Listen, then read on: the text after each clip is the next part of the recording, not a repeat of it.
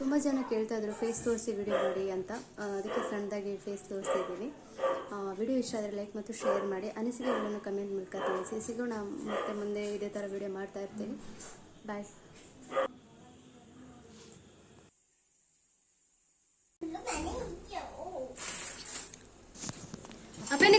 ಎಲ್ಲರೂ ಹೇಗಿದ್ದೀರಾ, ಚೆನ್ನಾಗಿದ್ದೀರಾ ಅಂತ ಭಾವಿಸ್ತೀನಿ. ಬನ್ನಿ, ಇವತ್ತು ನಾನು ಸ್ವಲ್ಪ ಕಿಚನಲ್ಲಿ ಸ್ವಲ್ಪ ಕೂತು ನಿಮ್ಮ ಹತ್ರ ಮಾತಾಡೋಣ. ಅದ ನಂತರ ಹಾಗೆ ಕೆಲಸ ಮಾಡ್ತಾನೆ ನಾನು ಸ್ವಲ್ಪ ನಿಮ್ಮ ಹತ್ರ ಮಾತಾಡ್ತಾ ಇದ್ದೀನಿ. ಫಸ್ಟಿಗೆ ನಾನಿಲ್ಲಿ ಗ್ಯಾಸನ್ನು ಸ್ವಲ್ಪ ಎಲ್ಲ ಕ್ಲೀನ್ ಮಾಡ್ಕೊಳ್ತಾ ಇದ್ದೀನಿ. ಇವಾಗ ಅಷ್ಟೇ ಕೆಲಸ ಬಿಟ್ಟು ಬಂದೆ.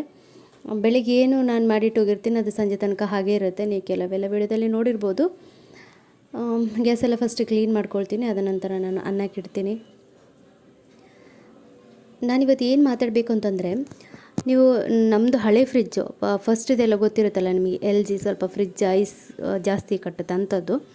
ಆದರೆ ಅದರಲ್ಲಿ ಅಷ್ಟು ಐಸ್ ಕಟ್ಟಿರಲಿಲ್ಲ. ನಾನು ಹಾಲು ಗಟ್ಟಿ ಇದೆ, ಹಾಲಿನ ಪ್ಯಾಕೆಟ್ ತೆಗಿಬೇಕಂತ ಹೇಳಬೇಕಾದ್ರೆ ತುಂಬ ಅಡಿ ಗಟ್ಟಿ ಇತ್ತು. ನಾನೇನು ಮಾಡಿದೆ, ಒಂದು ಚಾಕು ತಗೊಂಡು ಸ್ವಲ್ಪ ಹಿಂಗೆ ಲೂಸ್ ಮಾಡ್ಕೊಳ್ಳೋಣ ಅಂತ ಹೋದೆ. ಅದೇನಾಯಿತು, ಆ ಚಾಕು ಫ್ರೀಝರ್ದು ಸೈಡ್ ತಾಗಿ ಬುಷ್ ಅಂತ, ಈಗ ಟೈರ್ ಪಂಚರ್ ಅದು ಯಾವ ರೀತಿ ಶಬ್ದ ಬರುತ್ತೋ ಆ ರೀತಿ ಬಂತು. ಅದು ಗ್ಯಾಸ್ ಎಲ್ಲ ಹೋಯಿತು. ನಾನು ಎಂತ ಇದು ಈ ಥರ ಶಬ್ದ ಬರ್ತಾಯಿದೆ ಅಂತ. ಆನಂತರ ಬೇಗ ನಾನು ಅದನ್ನು ಕ್ಲೋಸ್ ಏನೋ ಮಾಡಿದೆ, ಆಗಲಿಲ್ಲ. ಯಾಕೆಂದರೆ ಅದು ಕೋಲ್ಡ್ ಇರುತ್ತಲ್ಲ, ಹಾಗಾಗಿ ಏನೇ ನಾವು ಗಮ್ಮ ಹಾಕಿದ್ರು ಕೂಡ ಅಂಟ್ಕೊಳ್ಳೋದಿಲ್ಲ, ಎತ್ಕೊಂಡು ಬಂದುಬಿಡುತ್ತೆ. ಹಾಗಾಗಿ ನಾನೇನು ಹೇಳ್ತೀನಿ ಅಂದರೆ, ನೀವು ಫ್ರಿಜ್ಜರಲ್ಲಿ ಏನಾದರೂ ತೆಗಿಬೇಕಂದ್ರೆ ತುಂಬ ಜಾಗ್ರತೆ ಮಾಡಿ. ಯಾಕೆಂದರೆ ಇವಾಗ ನಾನು ಅಂದ್ಕೊಂಡೆ ಅದು ಸರಿಯಾಗುತ್ತೆ ಅಂತ. ಈಗ ಕೆಲಸ ಬಿಟ್ಟು ಬಂದು ನೋಡ್ತಾ ಇದ್ದೀನಿ, ಅದೇನೋ ಗ್ಯಾಸ್ ಇರುತ್ತೆ ಅಂತ, ಅದೆಲ್ಲ ಹೋಗಿದಂತೆ. ಹಾಗಾಗಿ ಅದಕ್ಕೇನು ಏನು ರೇಟು ಏನು ನೋಡಿ ತೋರಿಸ್ತಾ ಇದ್ದೀನಿ ನೋಡಿ. ಈ ರೀತಿ ನಾನು ಲಾಸ್ಟಿಗೆ ಪ್ಲಾಸ್ಟಿಕ್ನ ಸ್ವಲ್ಪ ಮೆಲ್ಟ್ ಮಾಡಿ ಹಾಕಿದೆ, ಅದು ಗಾಳಿ ಹೋಗ್ತಾಯಿತ್ತಲ್ಲ ಹಾಗೆ. ಆದರೆ ಅದು ಕೂಡ ನಿಂತ್ಕೊಳ್ಳಲಿಲ್ಲ. ಇನ್ನು ನೋಡಬೇಕಿನ್ನು ಎಂತ ಮಾಡೋದು ಅಂತ. ತಮ್ಮ ಕೂಡ ಹೇಳಿದೆ, ನೀವು ಯಾಕೆ ಅಧಿಕ ಪ್ರಸಂಗ ಮಾಡಲಿಕ್ಕೆ ಹೋಗೋದು ಅಂತ. ನಮಗೇನು ಗೊತ್ತಿರುತ್ತಲ್ವ ಅದು ಹಾಗೆ ಎಲ್ಲ ಆಗುತ್ತೆ ಅಂತ. ನೋಡೋಣ ಅದಕ್ಕಿನ್ನು ಏನು ಹೇಳ್ತಾರೆ ಅಂತ. ನಮ್ಮ ಬೆಕ್ಕು ನೋಡಿ. ಅದನಂತರ ಇಲ್ಲೊಂದು ಅಲೋವೆರಾ ಗಿಡದಲ್ಲಿ ಒಂದು ಬೀಜ ಬಿದ್ದಿತ್ತು, ಅದು ನಾನು ಹಾಕಿದೆ, ಚೆನ್ನಾಗಿ ಬಂದಿದೆ ನೋಡಿ.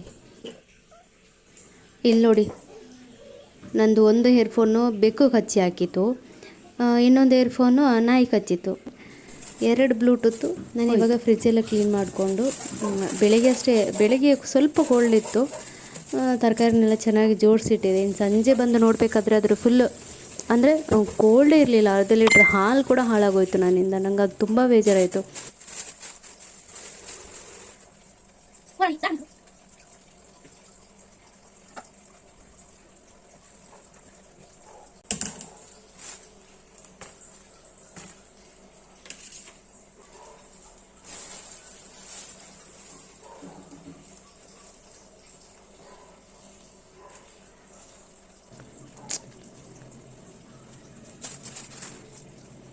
ಈಗ ತರಕಾರಿನೆಲ್ಲ ಜೋಡಿಸಿಟ್ಟಿದ್ದೀನಿ. ಅಂದರೆ ಕೆಲಸದ ನಡುವಲ್ಲಿ ಏನು ತರಕಾರಿ ತಂದಿಟ್ಬಿಟ್ಟು ಸೀದಾ ಅದನ್ನು ಡ್ರಾವರಲ್ಲಿ ಇಟ್ಬಿಟ್ಟು ಸೀದಾ ಹೋಗ್ತಿದೆ. ಅಂದರೆ ಸೊಪ್ಪೆಲ್ಲ ತಂದರೆ ಮಾತ್ರ ಕ್ಲೀನ್ ಮಾಡಿ ಇಡ್ತಿದ್ದೆ. ಯಾಕೆಂದರೆ ಸೊಪ್ಪಲ್ಲಿ ಒಂದು ಹಾಳಾಗಿದ್ದರೂ ಕೂಡ ಅದು ಬೇರೆ ಎಲ್ಲದಕ್ಕೂ ಹಾಳಾಗಿಬಿಡುತ್ತೆ.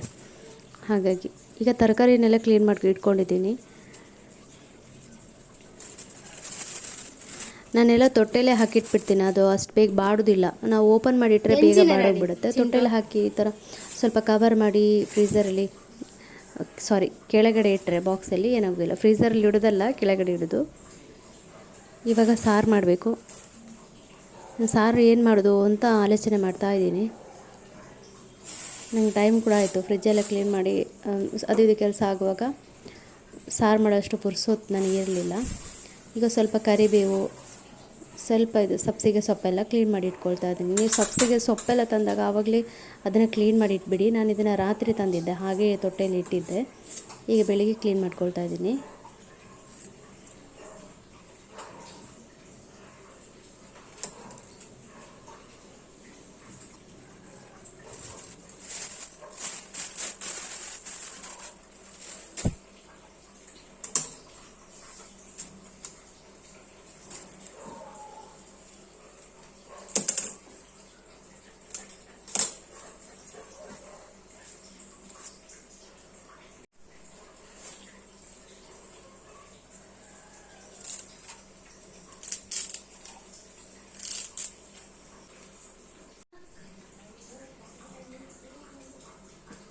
ఇంకేనుంది దాదా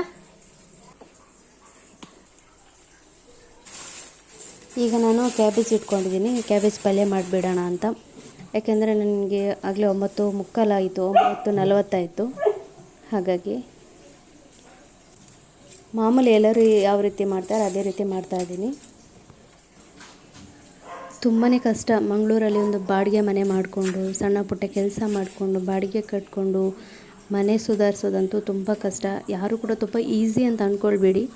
ನಮಗೊಂದು 10,000 ಸಂಬಳ ಸಿಗ್ತಾಯಿದೆ, ಒಂದು ರೂಮ್ ಮಾಡ್ತೀನಿ, ನಾನು ಅದರಲ್ಲಿ ಇದು ಮಾಡ್ತೀನಿ ಅಂತ ನಾವು ಇಷ್ಟು ಜನ ಇದ್ದರೂ ನಮಗೆ ತುಂಬ ಕಷ್ಟ ಆಗುತ್ತೆ. ಅಂದರೆ ಒಬ್ಬೊಬ್ಬರು ಒಂದೊಂದು ಕೆಲಸ ಒಂದೊಂದು ವಹಿಸ್ಕೊಂಡ್ರೂ ಕೂಡ ಅದು ಕಷ್ಟ ಇದೆ. ಯಾಕೆಂತಂದರೆ ರೂಮಿಗೆ ಒಂದು ಫ್ರಿಜ್ಜು, ಏಕೆಂದರೆ ಮಂಗಳೂರಲ್ಲಿ ಏನು ಸಾಮಾನು ಇಟ್ಟರು ಬೇಗ ಹಾಳಾಗಿಬಿಡುತ್ತೆ. ಹಾಗಾಗಿ ದಿನ ತರಕಾರಿ ತರೋದಕ್ಕೂ ಮರ್ತು ಹೋಗುತ್ತೆ.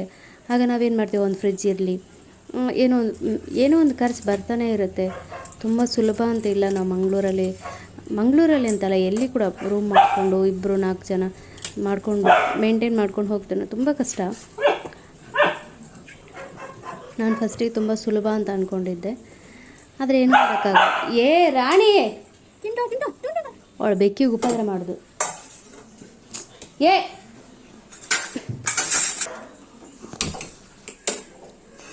ಇವಾಗ ನಾನು ಪಲ್ಯ ಮಾಡೋಕ್ಕೆ ರೆಡಿ ಮಾಡಿ ಇಟ್ಕೊಳ್ತಾ ಇದ್ದೀನಿ. ಕ್ಯಾಬೇಜ್ ಪಲ್ಯ ಮಾಡ್ತಾಯಿದ್ದೀನಿ.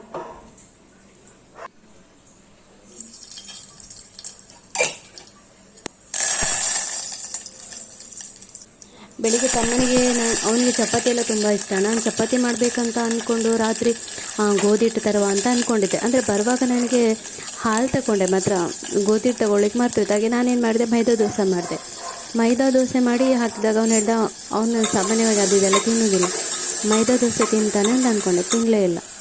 ಅದು ಕೂಡ ಬೇಜಾರು, ಸ್ವಲ್ಪ ಬೇಗ ಬೆಳಿಗ್ಗೆ ಹೇಳ್ಬೋದಿತ್ತು ಅಂತ. ಆದರೆ ಎಂತ ಮಾಡೋದು, ಬೆಳಿಗ್ಗೆಯಿಂದ ಹೋದಲ್ಲಿ ಕೆಲಸ, ಸಂಜೆ ಒಂದು ಮನೆಯಲ್ಲಿ ಕೆಲಸ, ಬೆಳಿಗ್ಗೆ ಬೇಗ ಎದ್ದು ಒಂದು 6:45 ಎದ್ದರೂ ಸಾಕಾಗುತ್ತೆ. ಆದರೆ ನಾನು ಹೇಳುವಾಗ 6:45, 7 ಗಂಟೆ ಆಗಿಬಿಡುತ್ತೆ. ಅವನಿಗೆ 8:30 ಒಳಗೆ ಕೆಲಸಕ್ಕೆ ಯೋಗ್ಯ ಆಗಬೇಕು. ಪುರ್ಸೋತೇ ಇಲ್ಲ ಅಂತ ಅನಿಸ್ಬಿಡುತ್ತೆ. ಒಂದು ಸರಿ ರೆಸ್ಟೇ ಇಲ್ವೇನೋ ಅಂತ ಅನಿಸ್ಬಿಡುತ್ತೆ. ಅಷ್ಟು ಕಷ್ಟ ಆಗ್ತಾಯಿದೆ. ಮೊದಲು ಒಂಥರ ಬೇರೆ, ಈಗ ಒಂಥರ ಬೇರೆ. ಆದರೆ ಏನು ಮಾಡೋಕ್ಕಾಗಲ್ವಲ್ಲ. ಹಾಗೆ ಫ್ರಿಜ್ಜು ರಾತ್ರಿಯೇ ಹಾಳಾಗಿತ್ತು. ಇನ್ನು ಬೆಳಗ್ಗೆ ನಾನು ಸಂಜೆ ಬರುವಾಗ ತೆಂಗಿನಕಾಯಿ ಹಾಳಾಗೋಗ್ಬಿಡುತ್ತೆ ಅಂತ ಹೇಳ್ಬಿಟ್ಟು ಸ್ವಲ್ಪ ಎಣ್ಣೆ ಕರಿಬೇವು ಹಾಕಿ ಇದನ್ನು ಅರಿಶಿನ ಹಾಕಿಬಿಟ್ಟು ಫ್ರೈ ಮಾಡಿ ಇಡ್ತಾಯಿದ್ದೀನಿ. ಯಾಕೆಂದರೆ ನಾವು ಸ್ವಲ್ಪ ಫ್ರೈ ಮಾಡಿಟ್ರೆ ಹಾಳಾಗೋದಿಲ್ಲ. ಹಾಗಾಗಿ ನೋಡಿ, ಬೆಕ್ಕು ನಾಯಿ ಎಲ್ಲ ಮಲ್ಕೊಂಡಿದೆ. ಇದು ಮಲಗಿದ ದಿನ ಬಂದು ಎಬ್ಬಿಸ್ತು. ಇದೆಲ್ಲ ಟೆನ್ಷನಲ್ಲಿರೋ ಸ್ವಲ್ಪ ನಾಯಿ ಬೆಕ್ಕನ್ನೆಲ್ಲ ನೋಡುವಾಗ ಸಮಾಧಾನ ಅನಿಸುತ್ತೆ, ಅದೆಲ್ಲ ಆಡೋದು ನೋಡುವಾಗ. ಆದರೆ ಏನು ಮಾಡಲಿಕ್ಕಾಗೋದಿಲ್ಲಲ್ಲ.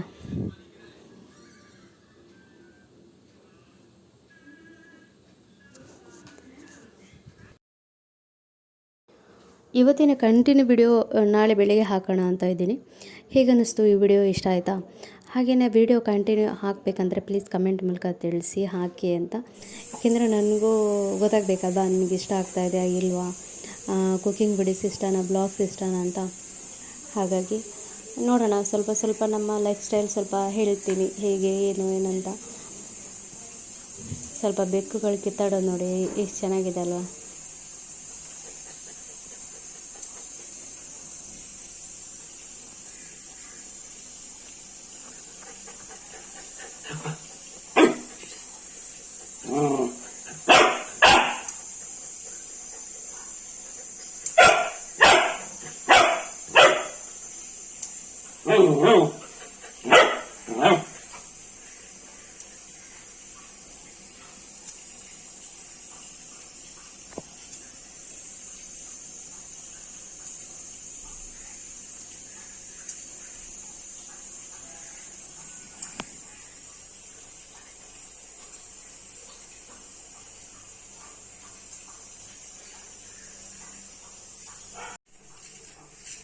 ಈಗ ನಾನು ಬೆಳಿಗ್ಗೆ ದೋಸೆ ಮಾಡೋಣ ಅಂದರೆ ಉದ್ದಿನ ದೋಸೆ ಮಾಡೋಣ ಅಂತ ಬೆಳಿಗ್ಗೆ ಅಕ್ಕಿ ನೆನೆಸಿಟ್ಟು ಹೋಗ್ತಾ ಇದ್ದೀನಿ. ಸಂಜೆ ಬಂದು ಕಡಿತೀನಿ.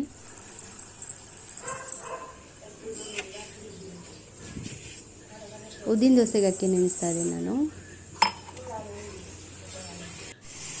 ಸ್ವಲ್ಪ ಮೆಂತ್ಯಕಾಳು, ಸ್ವಲ್ಪ ಕಡಲೆಬೇಳೆ ಹಾಕ್ತಾಯಿದ್ದೀನಿ. ಇದು ಹಾಕಿದರೆ ತುಂಬ ಟೇಸ್ಟ್ ಬರುತ್ತೆ, ಅದಕ್ಕೋಸ್ಕರ ಹಾಕ್ತೀನಿ. ಕೆಲವ್ರು ಹಾಕ್ತಾರೆ, ಇನ್ನು ಕೆಲವ್ರು ಹಾಕೋದಿಲ್ಲ. ಮತ್ತು ನಾನು ಕಡಿಯುವಾಗ ಅವಲಕ್ಕಿ ಹಾಕ್ತೀನಿ, ಸ್ವಲ್ಪ ಅನ್ನ ಇದ್ದರೆ ಅನ್ನ ಹಾಕ್ತೀನಿ. ಆಗ ದೋಸೆ ಹಿಟ್ಟು ತುಂಬಾ ಬರುತ್ತೆ.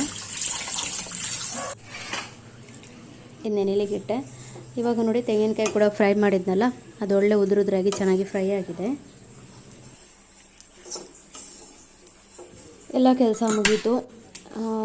ಇನ್ನು ಹೊರಡ್ತೀನಿ ಟೀ ಕುಡ್ಕೊಂಡು. ಹೇಗೆ ಅನ್ನಿಸ್ತು ಇವತ್ತಿನ ವೀಡಿಯೋ ಕಮೆಂಟ್ ಮೂಲಕ ತಿಳಿಸಿ. ವಿಡಿಯೋ ಇಷ್ಟ ಆದರೆ ಲೈಕ್, ಶೇರ್, ಸಬ್ಸ್ಕ್ರೈಬ್ ಮಾಡೋದನ್ನು ಮರಿಬೇಡಿ.